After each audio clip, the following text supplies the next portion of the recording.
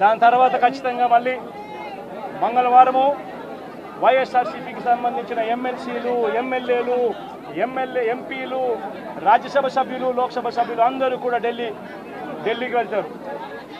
వెళ్ళి బుధవారము ఢిల్లీలో సింబాలిక్ ప్రొటెస్ట్, సింబాలిక్ ధర్నా ఢిల్లీలో చేసే కార్యక్రమం కూడా చేస్తాం.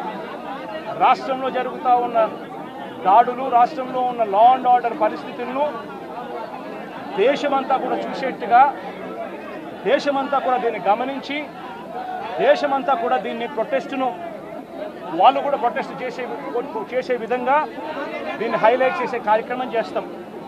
ప్రధానమంత్రి గారి అపాయింట్మెంట్ ఇప్పటికే అడగడం జరిగింది. అమిత్ షా గారిని ప్రెసిడెంట్ అపాయింట్మెంట్ కూడా అడగడం కూడా జరుగుతుంది. వీళ్ళందరూ కూడా అపాయింట్మెంట్ ఇస్తే వీళ్ళందరినీ కూడా కలిసి వీళ్ళందరికీ కూడా చెప్పే కార్యక్రమం కూడా చేస్తాం. సరే, ఈ ఇష్యూలో మీ చెప్పేటప్పుడు నువ్వు ఫ్లో అవుతుంది కదా. నువ్వు ఎంత ఆంధ్రజ్యోతి విలేకరు అయితే మాత్రం మధ్యలో వచ్చి చెప్పడం ధర్మం కాదు కదా. ఏం చెప్తామంటే సీరియస్గా జరుగుతా ఉన్నప్పుడు ప్రకారం మొదలు పెట్టారు.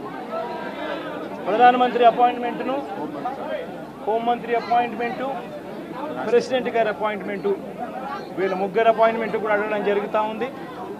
వీళ్ళ ముగ్గురిని కూడా కలిసే కార్యక్రమం కూడా జరుగుతుంది.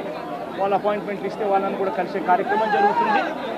జరిగి వీళ్ళందరినీ కూడా రాష్ట్రంలో జరుగుతూ ఉన్న దిగజారిన పరిస్థితులను ఎక్స్ప్లెయిన్ చేసి రాష్ట్రంలో ప్రెసిడెంట్ రూల్ పెట్టాల్సిన అవసరం ఎంత ఉంది అని చెప్పి కూడా గట్టిగా వాళ్ళ దృష్టికి తీసుకొని పోవడం కూడా జరుగుతుంది.